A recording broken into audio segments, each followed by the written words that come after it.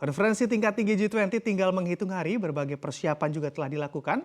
Lantas apa keuntungan Indonesia sebagai tuan rumah acara super megah 20 negara ini? Jurnalis CNBC Indonesia, Syarifah Rahma telah merangkumnya untuk Anda dalam liputan perjalanan presidensi G20 Indonesia berikut ini.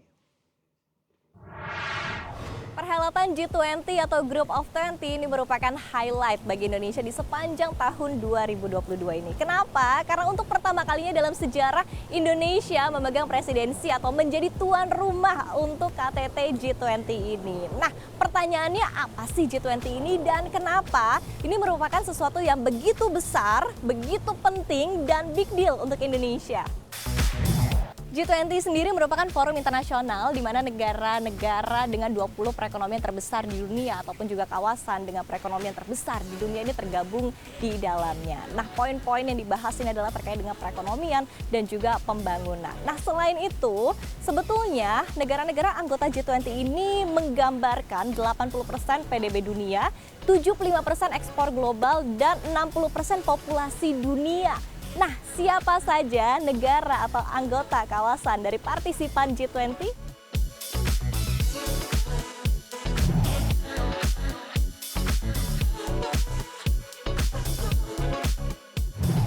Lalu sebetulnya seperti apa sejarah dari G20? Nah, awal mulanya G20 ini diinisiasi oleh G7 atau negara-negara yang tergabung sebagai 7 negara perekonomian terbesar di dunia.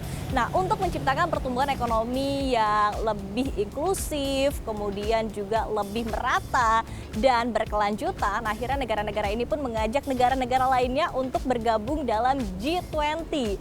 Nah, pada awal mula dibentuknya G20, pertemuan ini terbatas di tingkat Menteri Keuangan dan juga bank-bank sentral. Namun pada tahun 2008, akhirnya kepala negara pun diajak dalam pertemuan puncak G20 ini untuk membahas isu-isu terkait dengan ekonomi pembangunan non-keuangan. Sehingga akhirnya terbagi 2 pilar, yaitu adalah pilar Finance Track dan juga Sherpa Track, yaitu membahas terkait dengan tadi ya isu-isu ekonomi dan pembangunan non-keuangan yang dibahas oleh para kepala negara.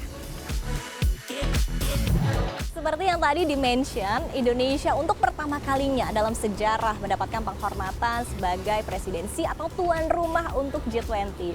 Nah, sebetulnya presidensi Indonesia untuk G20 ini sudah dimulai sejak tanggal 1 Desember 2021 hingga nanti 30 November 2022. Dan proses serah terima untuk presidensi ini sendiri sebetulnya sudah dilaksanakan pada tanggal 31 Oktober 2021 di Roma, Italia. Nah, untuk presidensi Indonesia sendiri sebetulnya sudah dijadwalkan lebih dari 180 rangkaian acara. Terdiri dari engagement group, working groups, dan juga pertemuan di tingkat menteri. Dan pada akhirnya isu ini nanti akan dibawa ke KTT atau pertemuan di tingkat para kepala negara yang akan berlangsung pada tanggal 15 hingga 16 November mendatang.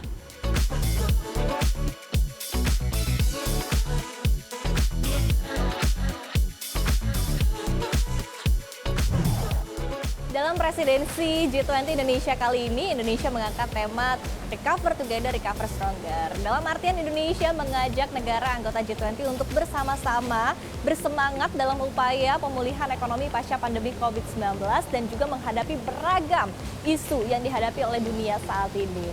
Nah, terkait dengan 3 isu atau prioritas utama yang dibahas dalam KTT G20 ini sendiri, sebetulnya ada 3 poin utama, yaitu adalah terkait dengan penguatan arsitektur kesehatan global, kemudian terkait dengan seperti apa upaya dari negara anggota G20 untuk bersama-sama menghadapi isu pangan dan juga energi, dan yang terakhir adalah terkait dengan transformasi digital. Nah, dengan prinsip inklusivitas, Presiden Joko Widodo pun menekankan konsep Leave no one behind. Dalam artian adalah agar hasil atau upaya yang didapat dari KTT G20 ini tidak hanya bermanfaat bagi negara anggota atau partisipan G20, tetapi juga seluruh dunia, termasuk negara berkembang, negara dengan pulau-pulau kecil, dan juga masyarakat rentan.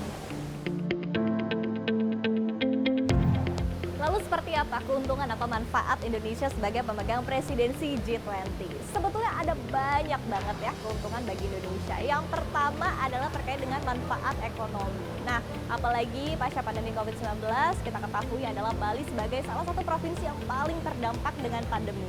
Dengan adanya 20.000 lebih delegasi yang masuk ke Indonesia, khususnya di Bali, maka hal ini bisa mendorong pemulihan ekonomi Bali lebih cepat. Kemudian kita lihat juga dari sisi seperti apa Indonesia berkesempatan untuk mendorong atau menunjukkan seperti apa concern Indonesia terhadap isu-isu penting dunia, apalagi terkait dengan beragam tantangan yang ada di sepanjang tahun 2022. Dan yang terakhir dan tidak kalah penting adalah terkait dengan kesempatan Indonesia untuk bisa menggait kerjasama dengan pihak internasional, apalagi dengan banyaknya kepala negara yang datang, kemudian juga para pelaku usaha yang datang ke Indonesia.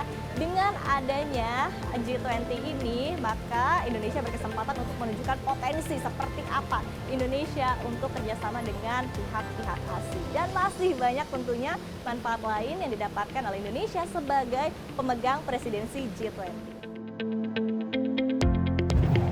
Sebetulnya presidensi G20 kali ini begitu menantang, terutama bagi Indonesia. Kenapa? Karena situasi geopolitik dunia yang saat ini juga banyak tidak menentu terkait dengan konflik antara Ukraina dan juga Rusia yang masih belum berakhir, dan adanya harapan bahwa isu ini bisa diangkat di tingkat KTT atau pertemuan tingkat kepala negara yang akan berlangsung pada tanggal 15 hingga 16 November mendatang. Nah, tentu kita akan memantau seperti apa nanti situasi perkembangannya dan juga isu-isu yang dibahas di dalam KTT G20 nanti. Dan yang paling penting adalah kita sebagai tuan rumah harus menunjukkan yang terbaik untuk penyelenggaraan KTT G20 kali ini.